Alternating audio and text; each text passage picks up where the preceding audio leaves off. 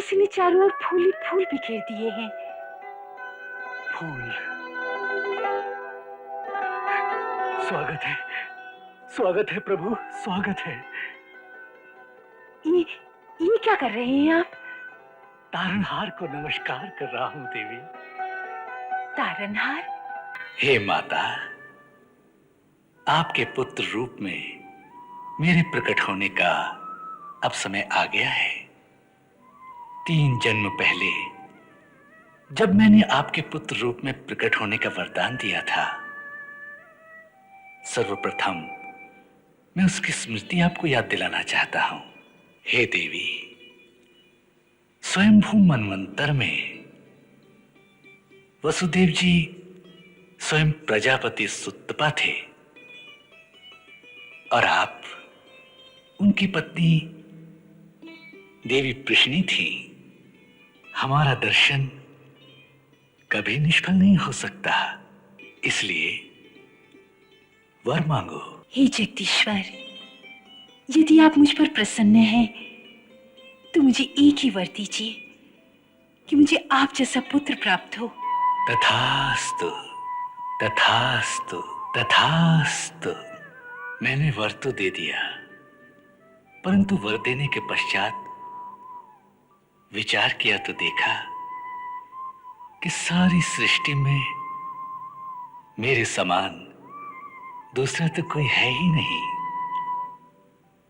एको हम द्वितीयो नास्ते। सो मैं स्वयं ही आपकी गोद में आने पर विवश हो गया।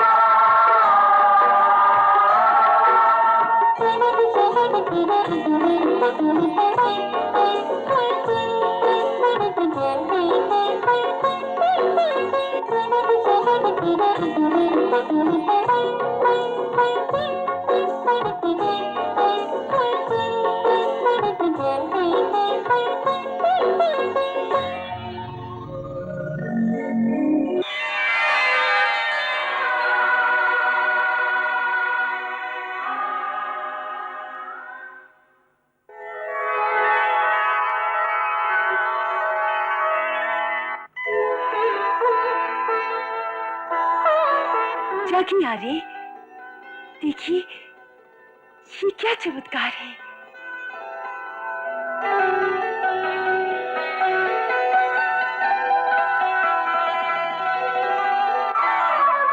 देखिए किसी ने चारों ओर फूल ही फूल बिखेर दिए हैं। फूल। स्वागत है, स्वागत है प्रभु, स्वागत है। ये क्या कर रहे हैं आप?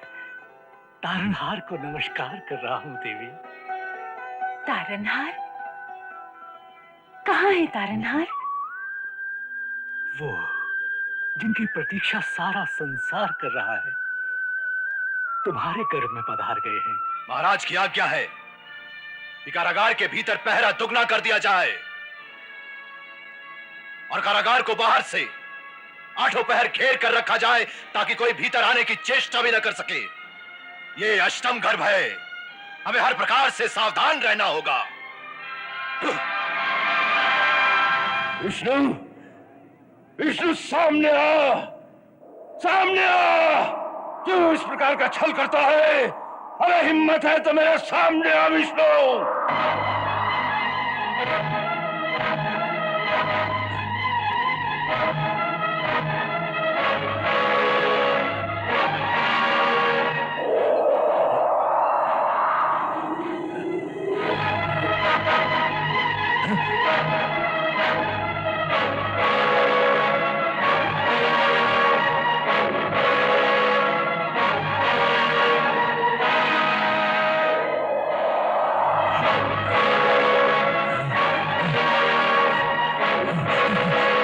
वाह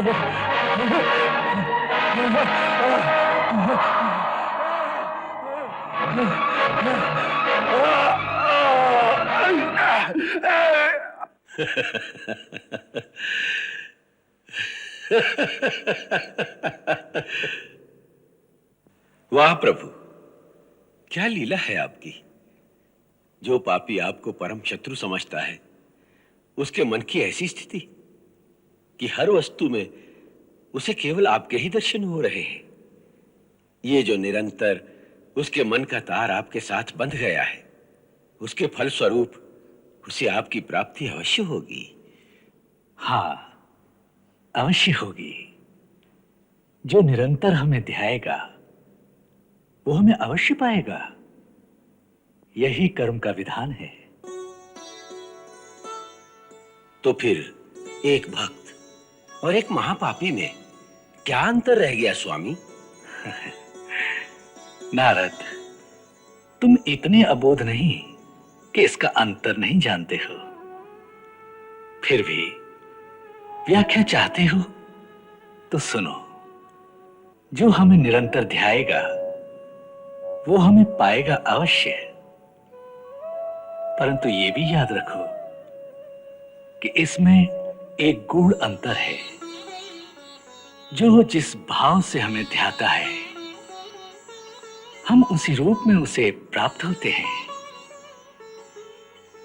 भक्त हमें स्वामी, सखा अथवा प्रियतम के भाव से ध्याते हैं तो उन्हें उसी रूप में हमारी प्राप्ति से सुख, आनंद और प्रेम का रस प्राप्त होता है। परंतु कंस हमें शत्रु भाव से देखता है, इसलिए उसे शत्रु रूप में ही हमारी प्राप्ति होनी है। नारद, हमारा रूप सबके लिए एक सा है।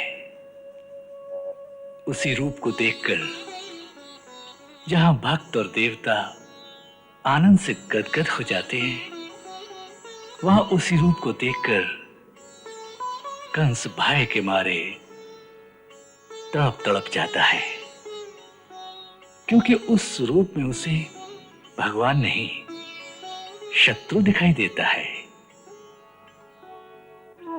इसी भावना के कारण हमें प्राप्त करके भी वो भाग्यहीन चैन से सो नहीं सकता। कंस का जीवन कांटों की सेज बन गया है। नारद, जो निरंतर हमारा ध्यान करेगा उसे हमारी प्राप्ति अवश्य होगी, परंतु उसका फल उसकी भावना के अनुसार ही उसे मिलेगा।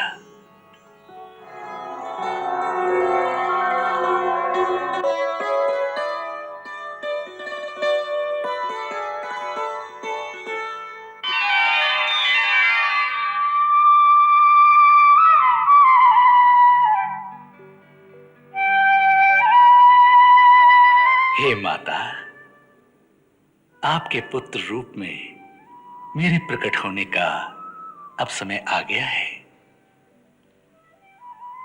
3 जन्म पहले जब मैंने आपके पुत्र रूप में प्रकट होने का वरदान दिया था,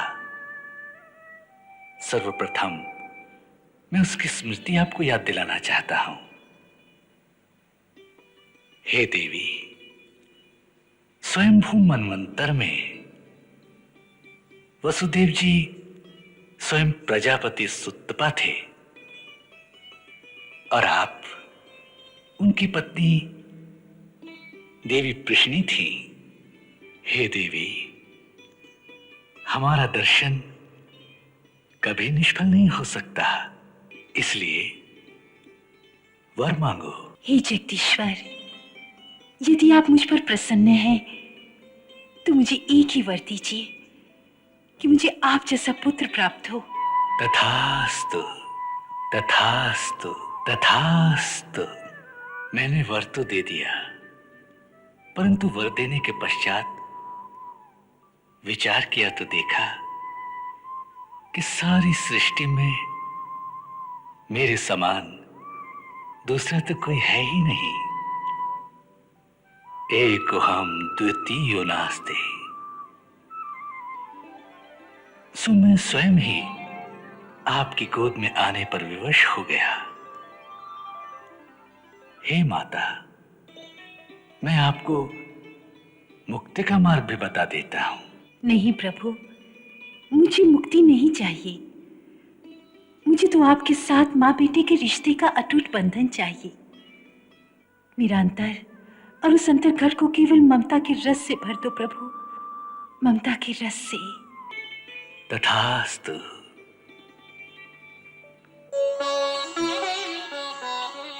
हे माता, जब मैं गोकुल से अपनी लीला समाप्त करके मथुरा लौटूंगा तो आपको मनवांछित मातृत्व का संपूर्ण आनंद प्रदान करूंगा। मेरी माया के प्रभाव से आपको ये सब बातें याद नहीं रहेंगी। आप पुत्र मोह की भावनाओं के जाल में स्वयं ही अपने आप को लपेटकर एक ओर मातृत्व और वात्सल्य का सुख और दूसरी ओर माता के भावुक हृदय की गहरी पीड़ा, दोनों भावनाओं का अनुभव करेंगी।